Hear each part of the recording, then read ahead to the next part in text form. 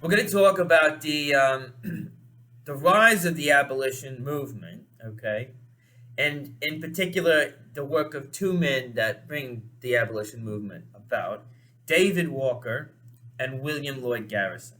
David Walker first; he's the first figure here, and he is a free black man, and he's been self-educated, and he owns a little business on the Boston waterfront, some kind of merchant, and so he has contacts with shippers and so on and so forth. Okay, but he's also very active in his church, the African Methodist Episcopal Church. Okay, which was a church supported by a lot of free black people in Boston, some of whom they weren't necessarily rich, but they were doing okay. They had a little bit of extra money, what we might refer to as a kind of rising middle class within the free black community in Boston.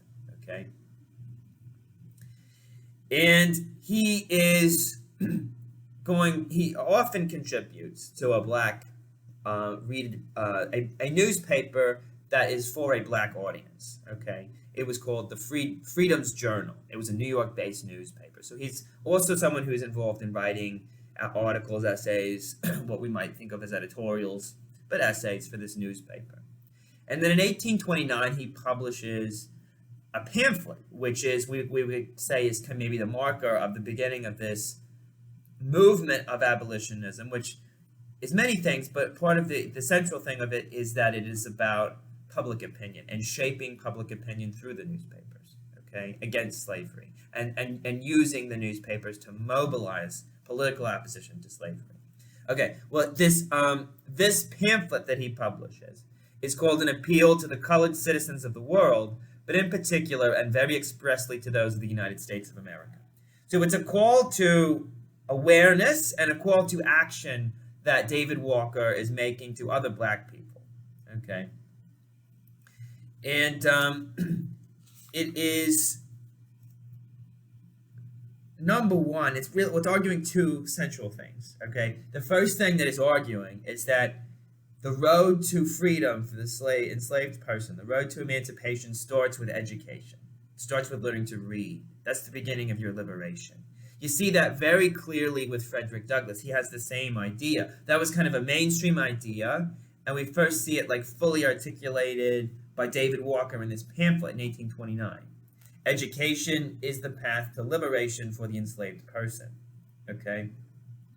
It brings about an awareness of your condition. It brings about an awareness of other ways of existing in this world. It helps you kind of start to process some of the horrific trauma that you have experienced if you're an enslaved person.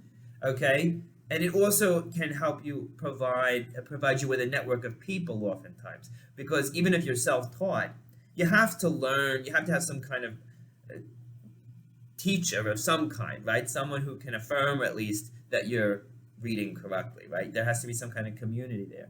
All these things can ultimately facilitate the growth of a effort to gain liberation, right? Awareness of your condition, processing the trauma, which shuts you down and prevents you from acting a lot of times, and a community that will support you in it, okay? Now, the other element, besides education leading to emancipation in the pamphlet, is saying, like, look, black people need to be focused on fighting for full equality in the United States. They should settle for nothing less than equality as full citizens. Okay, complete equality in the United States.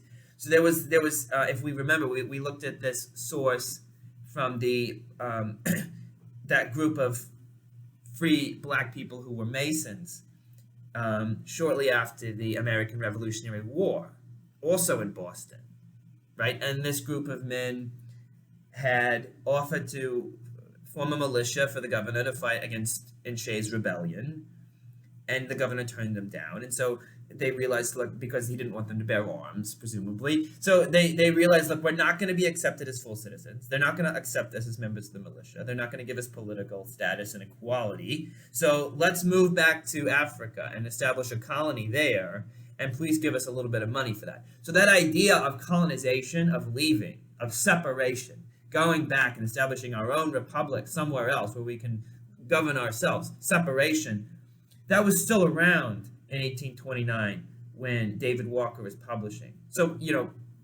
educated black people are struggling, right, in this period in the United States to figure out what the course of action should be that they should take, whether we should pursue and pool our resources together to separate, whether we should focus on trying to help the enslaved people that are still in the South get out and escape, and what are all and should we focus on using the Constitution to promote our own equality, right? These are the questions that the community is struggling with. And David Walker very definitively says, forget separation, forget it. Focus on integration. Focus on demanding and fighting for full equality within the United States. And this then becomes more and more of the mainstream position of free black people in the United States, thanks to David Walker's pamphlet, okay? He's also speaking in a language that's going to be familiar to many, many Christians in the United States, the language of biblical prophecy. And he is saying that, look, people of the United States, maybe you're a white person, maybe you're a free black person. In either case, you have a moral obligation to fight to end slavery on behalf of those who are still enslaved. And if you don't do that, then you have failed in your moral obligation, and God's judgment is coming upon you. So it's a call to action. That's what a prophet does. A prophet calls someone to conversion and then to action, and that's what David Walker is trying to do, and he's putting it in moral and spiritual terms, okay? All right, now, because he has this business on the waterfront, he's able to distribute the pamphlet through his business contacts, okay?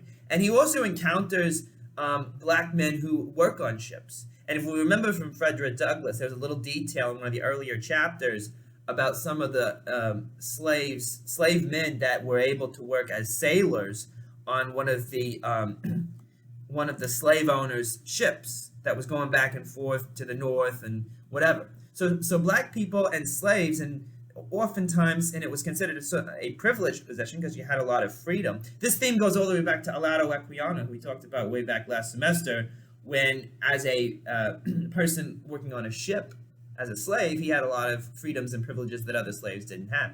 So this is a privileged position, and you have to learn certain skills as well, and you become more valuable to your owner because you have these skills and trained you in them, so they give you more privileges. So anyway, David Walker knows some of these sailors who are black, and he's able to give his pamphlet to them, right, and hope that they will distribute it, or at least talk about it, to the slaves back on the plantation, right, after they return from Boston, or bringing the cotton or bringing the rice up to Boston for sale across the sea or whatever, or further into Massachusetts, okay? But, these southern states really quickly caught on to this pamphlet and to the message in it, because it's not just urging free black people to resist or white people to resist and demand the natural rights of black people be respected. It's also advocating that black people in the South who are enslaved rise up in resistance and revolt and rebellion. And it's very confidently making that assertion, right? That you have a right to do that. You have a right to defend your natural rights, and you should do it, right? And so the southern states are trying to censor this pamphlet and shut it down, okay? And so some people, when they're going into the South with the pamphlet, either they want to read it themselves or distribute it, they might sew it into the inside of their jacket, right? And it's possible that the missionary we talked about yesterday, Worcester, had gone down into Cherokee territory with one of the pamphlets. Like it was kind of an inspirational text for him, okay? But the southern states, especially Georgia, Virginia, the Carolinas, Louisiana, they're mobilizing very quickly to shut down this pamphlet, okay? And some people say that some slave owners put out a contract to kill David Walker. And they may have done it because he dies very mysteriously in August of 1830, right? This is about a year after the pamphlet comes out, a little bit less than a year after the pamphlet comes out. And some people say he was poisoned. But nonetheless, he has made the rallying call. He has fulfilled, he's made the prophetic call to action to end slavery.